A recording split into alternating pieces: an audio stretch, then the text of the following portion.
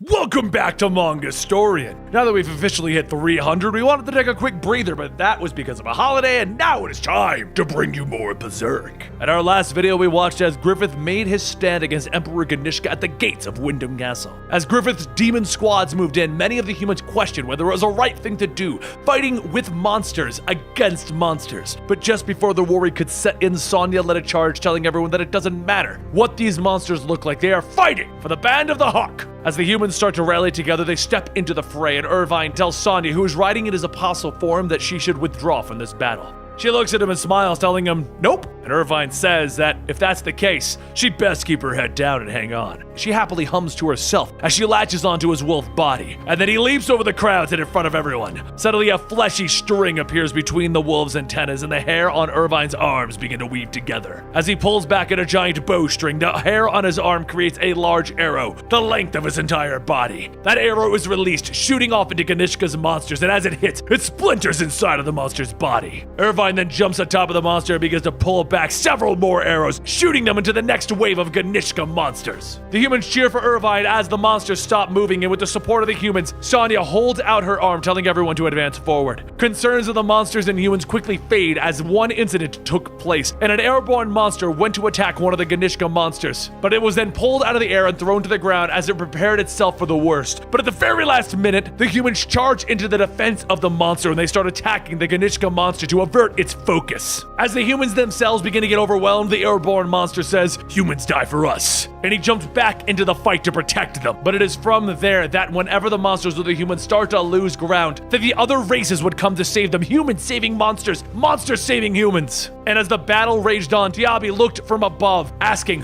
what is going on? The humans and apostles are working together. The apostles are already an abomination on the world, and yet the humans are choosing to fight alongside them. While the humans and monsters alike are killed off, the pontiff stands behind everyone, trying to take in exactly what he is seeing. His chest begins to slightly hurt, but what they are witnessing is chaos. Vigorous and total chaos. Up in front of them, the man leading in this new world is Griffith. And just as Griffith charges forward, the sky begins to darken and Ganishka starts to move one of his massive legs. The force of the step knocks Griffith's forces back, but through the dust, something shoots out. Everyone looks up to see the giant wings of Zod flap open, and riding atop of him is Griffith. Ganishka's arms start to lash out, attempting to bring the two of them down, but Zod dodges the attacks, giving Griffith the opening that he needs to land. Once the two of them are on top, Griffith steps down onto Ganishka's body, and he begins walking toward his center. And what he finds is the last remaining bit of Ganishka's human form. It is at that time that his mind begins to spin, seeing reflections of his own past. Growing up in a royal family, he was the one to take the throne of the empire when he came of age. However, his mother didn't want him to become emperor. She wanted his younger brother to do so. So in an attempt to stop Ganishka from ever getting a chance to take the throne, she poisoned him. But the poison didn't kill him, and in turn, he killed the brother that his mother wanted to succeed. After seeing what happened to his younger brother, his mother threw herself off a balcony to kill herself, unable to live with what was about to come next. And later, as he grew older, he could see the emperor was suspicious and fearful of him, and decided to use that to his advantage. One day, while the emperor was out, Ganishka and an assassin shot a poisoned bolt into the emperor's elephant, causing it to rampage and throw the emperor off of its back.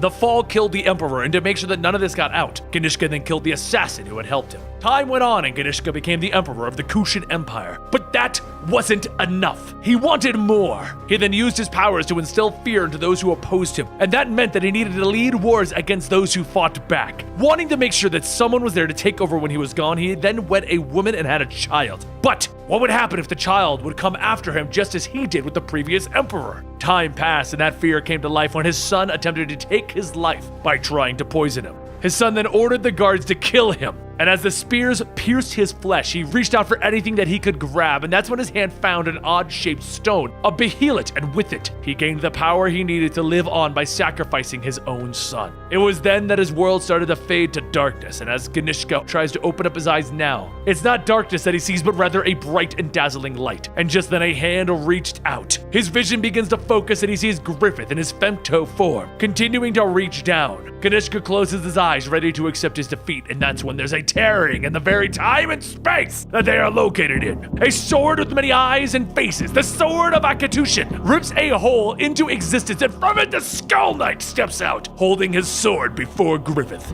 Zod slams his arm down into where the Skull Knight was standing, and as he looks up, he sees the Skull Knight has already evaded his attack. Griffith then says that it must be the Skull Knight, the one who would hunt down the God Hand at the vortex of time. Taking the fissure into time and space, Griffith goes on stating that the strike could reach beyond the depths of the realm of the dead. The fissure is then placed down onto Ganishka's face, splitting him open, and Griffith calls out that the door has been opened. Suddenly, the small tear grows in size, reaching from one side of Ganishka to the other. Shadows then begin to start to come out of it, pulling the hole wider, and then there's a shining light. The creatures begin to disintegrate, leaving the humans to believe the battle is over, and the darkness surrounding his head begins to fade, and with it, a brilliant light washes over the field. His body is becoming a portal to the astral world, and that portal is taking everyone with it. There's a strange silence that comes over the world, but everyone far and wide can feel its effects. The light that travels to the furthest reaches of the world, including those at sea. And with that light, there are other creatures that come with it. And in the forest, a giant Hydra monster begins to attack the unicorn. Some of the local farmers watch as the creature slithers towards them, and with no choice, they begin to run. But what's more than that, it's not only a Hydra, but a pack of harpies that is flying closely behind. All of the creatures in the astral world begin to come to life. Things that weren't there before, now suddenly having form. Dragons, trolls, spirits, goblins, the undead, everything. Ganishka's light has brought forth a world that would give those without physical form a body which they can create, including the God Hand.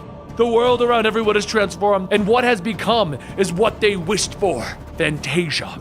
Ganishka begins to shine brighter as his arms reach out and they start to take the form of a tree. And everyone looks around at the new land. Where once Wyndham Castle was is now a new, bigger castle. Pontiff steps forward stating that this is the new capital of the world, the seat of the Hawk. This city will be called Falconia. Everyone looks up into the sky to see Zod flying, holding in his hand Griffith. They all look at Griffith and he holds his arms out, pointing towards to his new city. Everyone on the ground begins to run towards it, laughing and cheering along the way. Griffith's dream has finally come to light. He has finally claimed his own castle, and with it, a new nation is born. That is where we're going to be leaving you. I hope to see you guys here next week. Subscribe to get more Berserk.